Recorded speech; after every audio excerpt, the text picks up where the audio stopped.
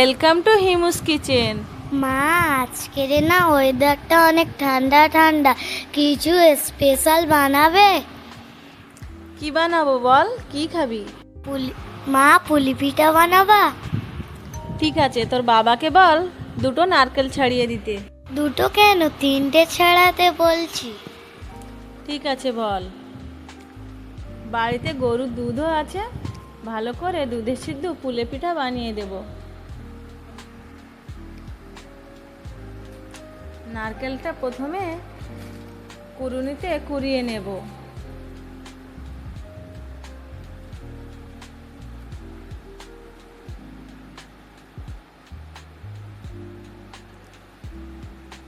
নারকেলটা কোড়া হয়ে গেছে। এদিকে বাড়ির গরুর দুধের ছানা ছিল, ছানাগুলোও আমি ঝুরি ঝুরি করে ভেঙে নিয়েছি। এবার কড়াইতে দিয়ে দেব চিনি।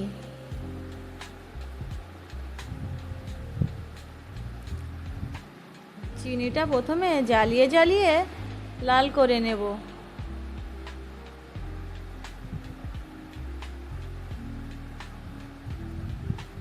খালি কড়াইতে এইভাবে চিনি দিলে গুলে যাবে। চিনিগুলো ভালোভাবে গলে গেলে দিয়ে দেব 4টি তেজপাতা। আপনারা চাইলে এলাচও দিতে পারেন। আমার যেহেতু বাড়িতে এলাচটা আনা নেই, তার জন্য আমি তেজপাতা দিয়ে কাজ চালিয়ে দিচ্ছি। এবার চিনিটা একদম লাল লাল হয়ে গেছে। এবার দিয়ে দেব ঝুরি ঝুরি করে রাখা ছানা। ছানাগুলো দিয়ে কিছুক্ষণ কষিয়ে দিয়ে দেব নারকেল কোড়া। নারকেল কোড়া ছানাটা ভালোভাবে পুর বানিয়ে নেব। ভাজতে ভাজতে একদম এইভাবে পুর বানিয়ে নেব। পুরটা আমি নামিয়ে নিয়ে চলে এসেছি। এদিকে কড়াইতে জল দিয়ে দিয়ে দিলাম সুজি। যেহেতু হঠাৎ মেয়ে বলছে মা পিঠে খাবো, তার জন্য আমি আর চালটা ভিজাইনি, ঘরে সুজি ছিল, তো আমি এই সুজি দিয়েই ওর পিঠাগুলো বানিয়ে দেব।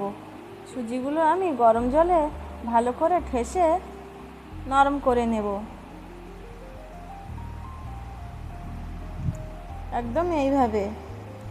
সুজিটা আমার ঠাসা হয়ে গেছে, একদম শক্ত না, একদম নরম না। এবার ছোট ছোট করে লেচি কেটে গোল করে নেব। এইভাবে গোল করে মাঝখানে পুর ভরে দেব।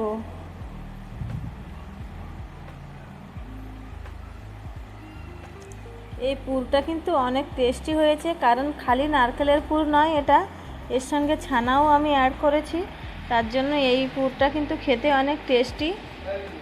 তো আমি এইভাবে পিঠের মুখটা এঁটে দেব।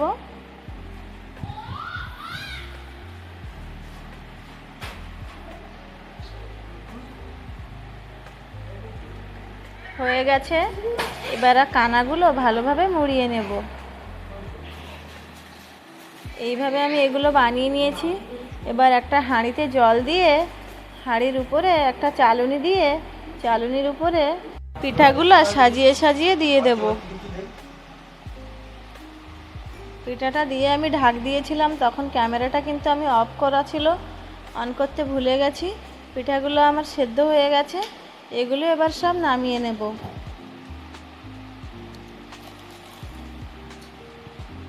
এগুলো নামিয়ে কড়াইতে একটু দুধ বসিয়ে দেব। দিয়ে দুধটা ফুটে উঠলে দিয়ে দেব পিঠাগুলা।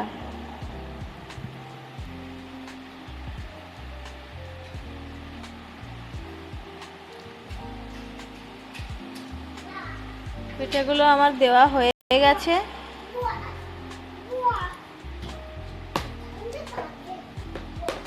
এবার স্বাদ মতো চিনি দিয়ে নামিয়ে নিয়ে আসবো। গরম গরম দুধ পুলি রেডি। আপনারা চাইলে বাড়িতে একবার বানিয়ে দেখবেন। এই শীতের দিনে কিন্তু